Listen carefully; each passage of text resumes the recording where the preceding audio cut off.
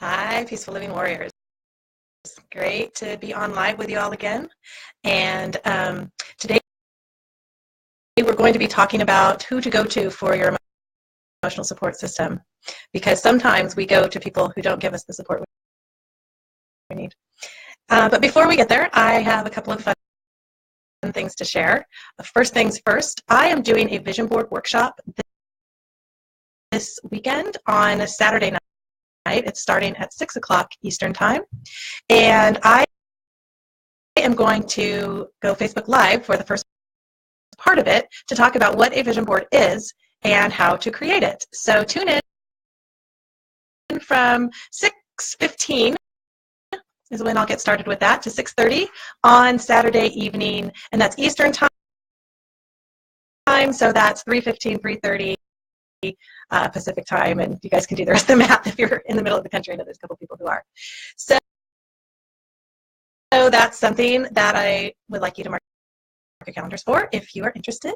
And then also, very exciting, I have partnered up with the beautiful and wonderful Brittany Hiller from Effervescence Yoga Spa in beautiful, using beautiful too much?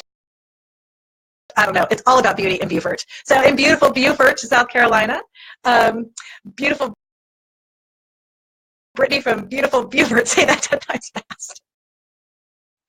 So we are partnering up to put on an amazing wellness retreat. It will be the first weekend in May, and it will be Friday through Monday. So that is, I forgot to set that up on my calendar, I believe. Hold on. Let me see what's going on there. Let's see. May 4th, 5th, 6th, and 7th, and we will do something special for Cinco de Mayo. This is an all-women's retreat, and we have 10 spaces available. I don't have pricing quite yet, but it will be somewhere around $500, which is a pretty good price for a 4-day retreat. If anyone is interested in joining us from the West Coast, Stephanie Henning, beautiful Stephanie Hennings from travelessence.com will help book your flights and help you with any accommodations you might want to have around the retreat. Because again, Beaufort, Charleston, Savannah, Beaufort's right in between Charleston and Savannah. Beautiful places to be in the springtime. It's absolutely the most gorgeous spring I've ever seen. So I would love to have you join us. Again, first weekend in May, 4th, 5th, 6th, and 7th at Palm Key outside of Beaufort, South Carolina. Oh, hello, Brianna, and hello, Saskia. I haven't seen you in so long. I hope you are doing so well. Missing all of you out there on the West Coast. So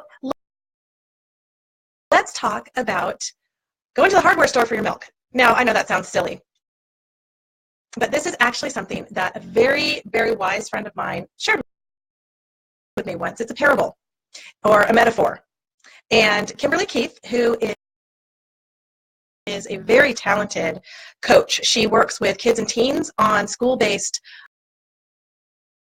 motivation and inspiration, and she combines that with tutoring. So anybody who needs a wonderful person to work with their school-age child in San Diego area, look up Kimberly Keith at gmail.com, or you can contact me and I'll get you in touch with her.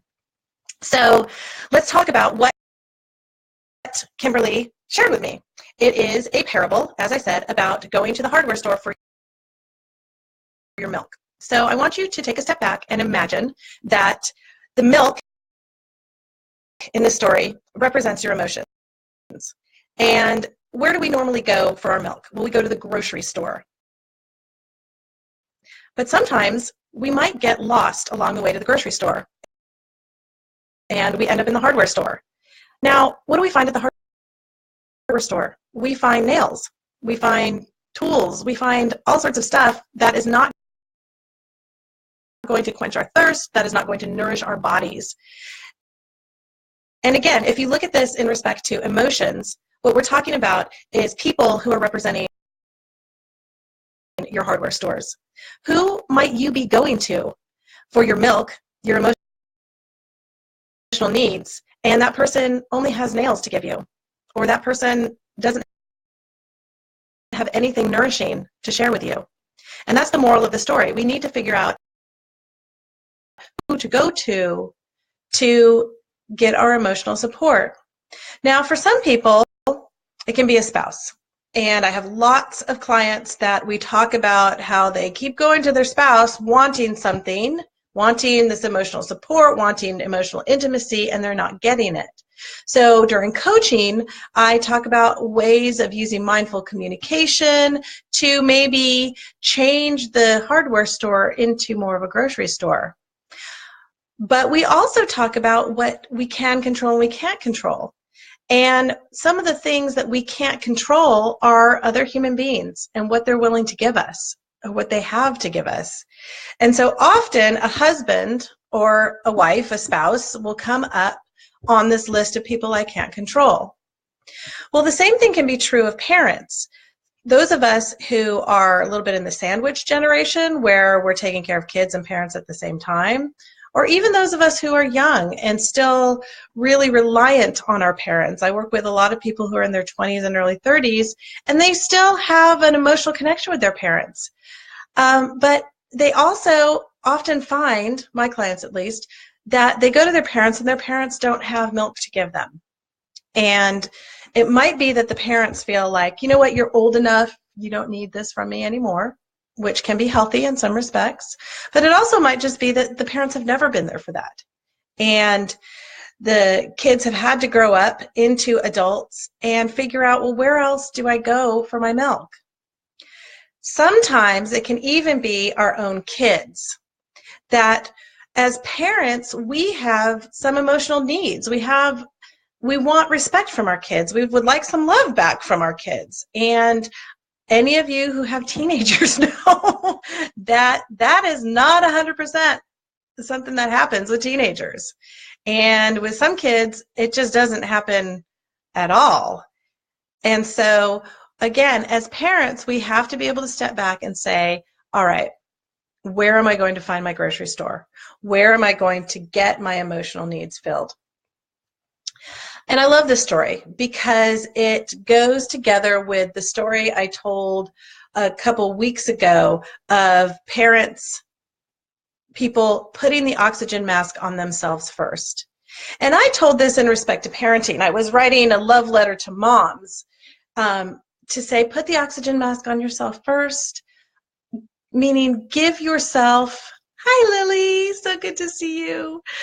Give yourself a break. Give yourself nurture so that you can take care of other people. So that was my love letter to the moms. But the oxygen mask, it also helps us just in everyday life. So even if you're a person who doesn't have a lot of people you're taking care of, but you're a person who has a job and you have to interact with other people. You're a person who lives in this world, which is stressful. That oxygen mask is very important. So the oxygen mask equals self-nurture. The milk equals the motions we need to have fulfilled. And the nurture can fulfill that. But that brings us back to the metaphor of our stores. Because self-nurture is great. Meditation, long baths, walks, all of these wonderful things we can do for ourselves. But as I've talked about before, community is the #1 stress breaker. Being in community with other people is really important to our stress levels. But if the people that you're going to for your emotional support in your community are hardware stores, that's not your stress-busting community. That is not what we call in yoga your satsang. The satsang is the energetic community where you share in each other's wonderfulness. You help each other out and you give to each other. That's the community you want. That's your grocery store. That's where you want to go to get your milk. So I want you to think about who that is for you. Who can you go to? And come up with some different ideas. Now for me, I've been very lucky that I have had friends who fill that for me. And My husband, he's great in many ways. And I can go to him for some things, but not all things. And I think that's true of most marriages. I don't want to put that on all marriages or all partnerships, because not everybody who's in a love relationship is married. But we can't place all of our emotional needs on one person. And actually, I'm going to use that word that I don't like to use very often, but I'm going to say should. We should not place all of our emotional needs on one person. It's too heavy. And the couples that do that and have succeeded through the years in doing that, more power to them. That's great. But if you're in a couple who that's not working out for, widen your community. Widen the people who create your satsang or your grocery store. Now, same thing goes for if it's your parents that you're going to on a regular basis for emotional support. Of course, as children, our parents are our core for emotional support. Hi, Susan Shea. Oh my gosh, all sorts of people jumping in from California. I'd love to see you guys. Thanks for joining us. So as children, we need that from our parents. But what about as we're growing into adulthood? Of course, we still want some emotional support from our parents, but some of us now, as I mentioned before, are growing into that place where our parents are turning to us for the emotional support. And that can be a little offsetting to our world. So remember, spread the love. Find other people. Find a community of friends to also be your support system. And then finally, what about those friends who aren't working out as your support system? And I have talked about this before, about friends who are toxic or friends who just aren't grocery stores. And this is something that is hard for people to deal with because they don't want to be mean. They don't want to dump somebody as a friend. And I'm not by any means saying that. But there are some people who you might be their grocery store, but they're not a grocery store for you. You might be their emotional support system, but they're not an emotional support system for you.